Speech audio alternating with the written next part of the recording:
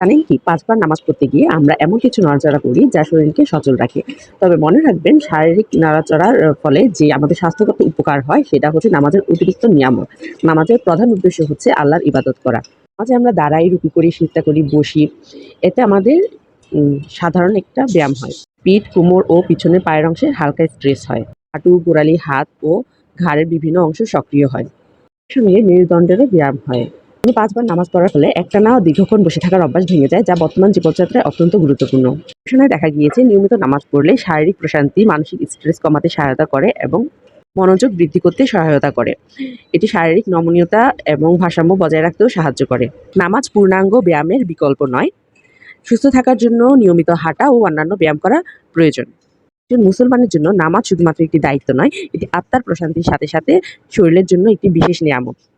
আমাদের মতো যেসব মায়েরা সন্তান প্রতিপালনে সারাদিন ব্যস্ত থাকেন, তারা নিয়মিত ব্যায়াম করতে সময় পান না, নিয়মিত ব্যায়াম করা তাদের সুযোগ হয় না। তারা হচ্ছে নিয়মিত নামাজ পড়ার চেষ্টা করবেন। দিনে অন্তত ৫ বার ফরজ নামাজগুলো আদায় করলেও আপনার শরীরের একটা স্বাভাবিক যে মুভমেন্ট বা ব্যায়াম সেটা হবে। এতে আপনি সুস্থ থাকবেন। সন্তানদেরকে সুন্দরভাবে বড় করার জন্য মায়েদের সুস্থ থাকা অত্যন্ত প্রয়োজন। তাই আমাদেরকে প্রতিদিন নিয়মিত ব্যায়াম করা উচিত। কিন্তু ব্যায়ামের সময় পাই কোথায়? যেখানে ফরজ ইবাদত করার সময় নাই, সেখানে আমরা ব্যায়াম কখন করব? চেষ্টা করবেন দিনে অন্তত ৫ বার নিয়মিত ফরজ ইবাদতগুলো করার। আর আমি যেটা করি, মনে, মনে সারাদিন ইস্তেগফার পড়তে থাকি। সেটা করতে আপনার কোথাও বসে পড়তে হবে না বা সময় নিয়ে করতে হবে না। আপনি যেকোনো কাজ করতে, করতে বাচ্চাদের সাথে খেলতে, খেলতেও ইস্তেগফার করতে পারেন।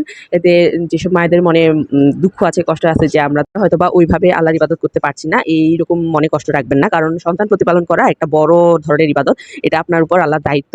একটা সন্তানকে সুন্দরভাবে মানুষ করা, তাকে ইসলামের পথে পরিচালনা করা, আল্লাহকে চিনানো, তাকে একটা সৎ মানুষ হিসেবে গড়ে তোলা, সেটা আপনার উপর দায়িত্ব। এটা অনেক, অনেক বড় ইবাদত। একজন নেক সন্তান আপনার মৃত্যুর পরেও হচ্ছে সদকায়ে জারিয়া হিসেবে এই দুনিয়াতে থেকে যাবে। তাই সন্তানকে প্রতিপালনের সময় যদি আপনার স্বাভাবিক যেই ইবাদতে ক্ষতি হয়, তার কোনো ক্ষোভ রাখবেন না মনে যে হ্যাঁ, ওর জন্য আমি নামাজ পড়তে পারছি না, ওর জন্য আমি ইবাদত করতে পারছি না। সন্তানরাই হচ্ছে আমাদের ইবাদত। আর দিনে অন্তত ৫ ওয়াক্ত নামাজ আদায় করার চেষ্টা করবেন। পুরাটা না হোক, যে ফরজ নামাজগুলা, এই ফরজটা আদায় করার চেষ্টা করবেন। রাখবেন, আপনি শুধু একজন সন্তানকে বড় করছেন না, আপনি ভবিষ্যতের মুসলমান প্রজন্মকে বড় করছেন। আমাদের ফিউচার মুসলিম উম্মাহ কেমন হবে সেটা আপনার উপর ডিপেন্ড করে। তাই সন্তানকে ইসলামিক শিক্ষা দিতে ভুলবেন না। ইসলাম শিক্ষা দেওয়ার মানে এটা নয় যে ওকে মাদ্রাসায় পাঠিয়ে দিলাম আর বাসায় আমরা ইসলাম কতটুকু মেনে চলছি সেটার ব্যাপারে আমরা সচেতন হলাম না।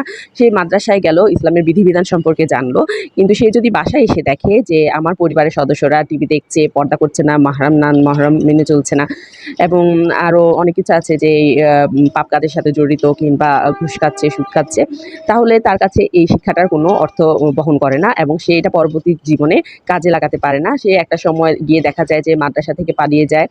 ওর মাদ্রাসায় পড়ার প্রতি কোনো ইন্টারেস্ট থাকে না। তাই সন্তানকে অবশ্যই হাফেজ বানাবেন, এতে আমার কোনো বিরোধ নেই। কিন্তু তার আগে আপনার ফ্যামিলি স্ট্রাকচার ঠিক করুন। পরিবার হচ্ছে একটা শিশুর জন্য প্রধান শিক্ষা প্রতিষ্ঠান বলা যায়।